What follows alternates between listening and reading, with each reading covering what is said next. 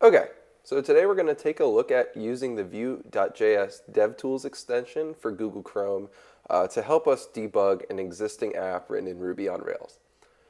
So I've gone ahead and downloaded the starter code for Vue debugging exercise, which will be provided to you as part of this lab.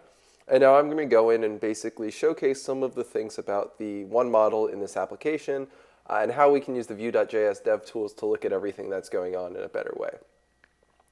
First off, if you haven't installed the DevTools yet, you can find it in the Chrome Web Store, Vue.js DevTools.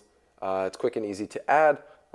If you don't have Google Chrome, I would suggest getting it to use this extension. This extension is really useful in helping to debug Vue.js applications. So I've gone ahead, like I said, and downloaded this folder, and I went ahead and bundle installed and fired up the Rails server. So I've navigated to, if you go to localhost, the main page we're going to go to is the index for simple chores. So why don't we go ahead and take a look at what that is entailing right now. So we have our index.html.erb. And if you stop the video and browse through this, you can kind of see how this form is being built. Pretty simple. You have a table with name and completed, which are the two things in this model. Let me go ahead and open up the schema real fast so that way you can see what this looks like. There literally are just two fields, name and completed.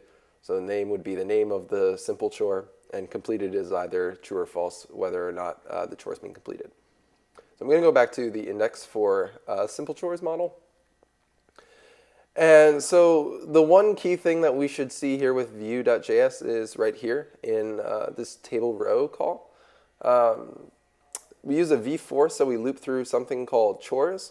And here is where we actually populate different components with information.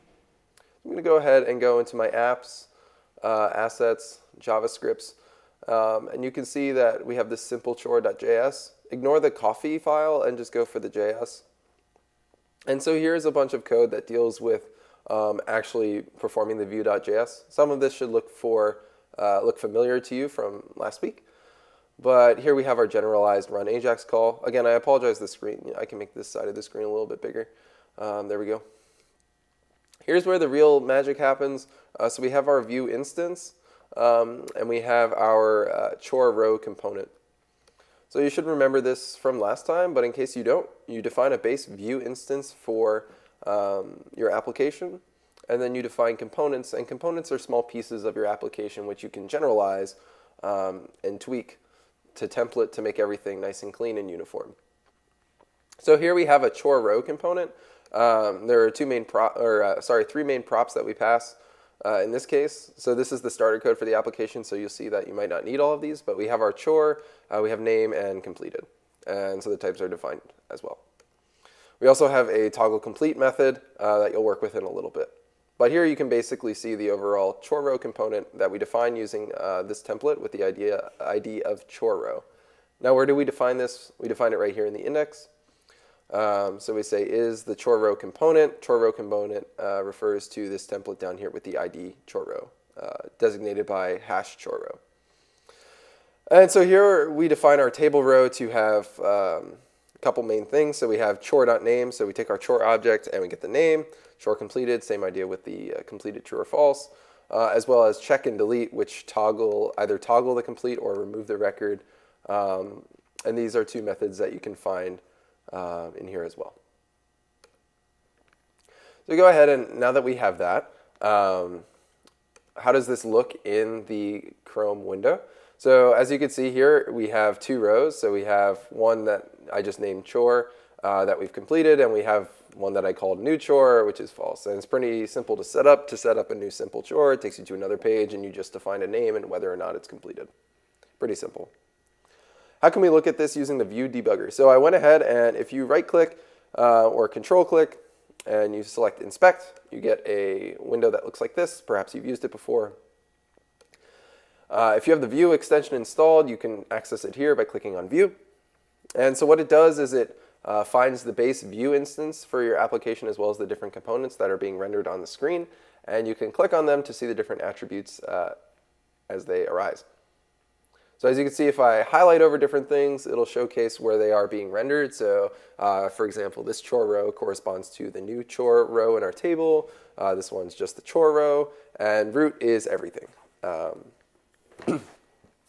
So if I click on root, I can see that we have this chores object, which is an array of 2 chores. And so if I go back to my simple chore.js, I can see that I actually get chores, and it updates this chores variable. The callback function actually does the updating of chores. So that's how I can view my root instance. I can see that the chores are being updated as expected, and everything under data will show up under data here. Same idea for our chore row component. So you can see the different props. So as we know, we have props of chore, name, and completed. And here we can see the chore that is being bound in the index.html. So here, when we perform the vbind chore, we take this variable. So here it's using some JavaScript to call what chore is. Here when we do chore and chores, we're looping through this chores variable in the root. So we're looping through here and binding each individual chore to a specific chore row. And once we have that, this is where we take the name and completed from. So again, going back to simple chore.js, we can see that we have these props. So we pass chore over. And as you can see here, we can see that the chore completed true and name equals chore. You can ignore some of these other fields. Same thing for the second chore row. So you can see everything in real time as it appears. So that's just a basic idea of how you can use the Vue.js debugger to inspect your components. And when you make calls to update the components in real time, these will update as well. So you can see this. I would recommend having the Vue debugger on the right side. You do some kind of action and watch the Vue debugger update. And that's how you can really do a good job of debugging Vue.js applications. So that's all for now, and happy debugging.